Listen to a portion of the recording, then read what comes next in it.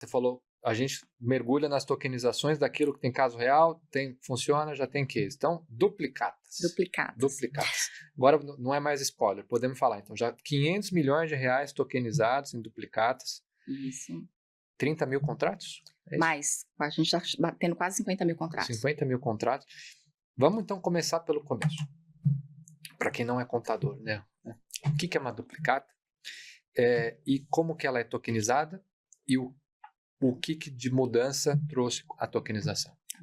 Então, assim, até a gente falar assim, a duplicata, ela é um instrumento, né, de crédito, ela já existe hoje, a duplicata mercantil, ela já é utilizada hoje no mercado, principalmente no mercado B2B, né, ela é um instrumento de crédito que as empresas usavam para poder fazer o desconto de duplicatas, mas a gente está falando da duplicata mercantil física, que tem lá a descrição da mercadoria, né, o cedente, o sacado. O famoso venda a prazo. Exato, que você podia parcelar ali as compras e você tem uma promessa, né, de que você vai quitar aquela duplicata. Certo.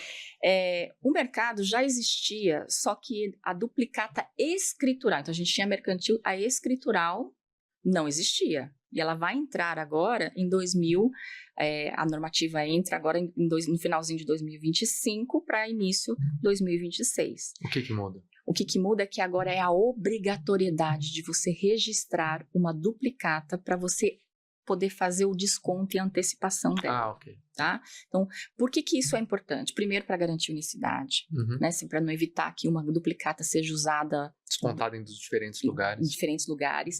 E a gente está falando de um mercado que vai abrir de 10 trilhões de reais. Então, hoje, a duplicata mercantil, ele consegue descontar? Sim, principalmente nas grandes instituições, nos grandes financiadores.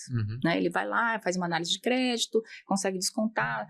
Quando a gente tem essa obrigatoriedade de todo o mercado registrar, todo o mercado consegue ver todas as duplicatas que estão disponíveis. Então, a gente amplia a liquidez dessas duplicatas, a gente dá acesso não só para as grandes instituições que conseguiam fazer esse trabalho de análise de crédito dessas duplicatas, mas inclusive para outros financiadores, como FDICs, também terem acesso a essas duplicatas. Então, este mercado, que a gente estima que é de 10 trilhões de reais, que vai destravar de crédito, então, pensa... na oportunidade que o mercado tem de uma nova linha de crédito.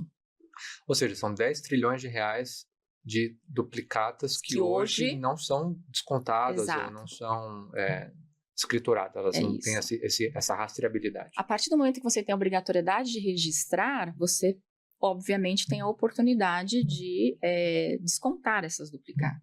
Tá? Então, por isso que a duplicata escritural ela é um grande marco para todo o mercado, não só financeiro, mas para as empresas, porque, primeiro, quando você tem mais uma opção de crédito, a tendência é que a gente tenha um crédito com um custo menor, você tem mais uma opção, você tem mais 10 trilhões no mercado de crédito entrando, com mais financiadores podendo ver essas duplicatas e ofertando, quando a gente tem concorrência né, de outros financiadores, a tendência é que a gente tenha custos melhores para quem toma esse crédito, tá? Então, esse é um grande marco no mercado,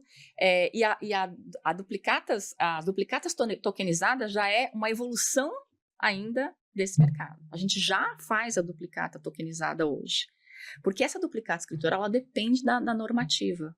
A tokenizada depende da escritural? Não, a gente já faz hoje a duplicata tokenizada. Na verdade, o que a gente fez? A gente pegou a duplicata e transformou ela num token. E a gente hoje, né, a gente faz a antecipação delas, principalmente para essas empresas e fundos menores, porque o que acontece hoje? Os FDICs, né, então, aquilo que eu comentei, hoje as duplicatas, quem tem uma grande viabilidade são as grandes instituições. Os FDICs e os fundos menores, eles talvez não tenham tanto essa estrutura de crédito e eles pegam essas duplicatas, que hoje não tem essa obrigatoriedade de registrar, você concorda que fica mais difícil para ele conceder o crédito, fazer a análise. Então, a gente já tem as duplicatas tokenizadas, que é uma forma até chega a reduzir o custo para ele da captação, então por isso que a gente vem aumentando muito este volume de duplicatas tokenizadas, 500 milhões, com vários contratos, porque você tem ali, você dá uma liquidez para estes fundos terem acesso a essas duplicatas. Só que a partir de 2026 vai ser obrigado a registrar. E aí todo o mercado, independente se é no mundo tradicional ou tokenizado, que a gente fala off ou on-chain, agora vai ser obrigado, e essa obrigatoriedade ainda não está em vigor. Tá. E você falou, uma das vantagens, uma das inovações que a tokenização traz é a rastreabilidade. Isso, e a garantia da unicidade. E também. A garantia da unicidade.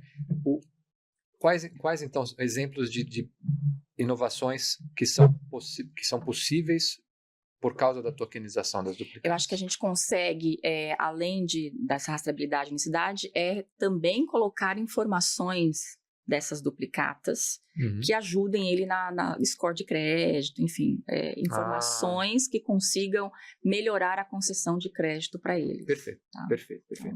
E aí, então, quem são os dois grandes stakeholders aqui que eu acho que se beneficiam disso? É a empresa, claro que vai poder ter mais uma alternativa para crédito.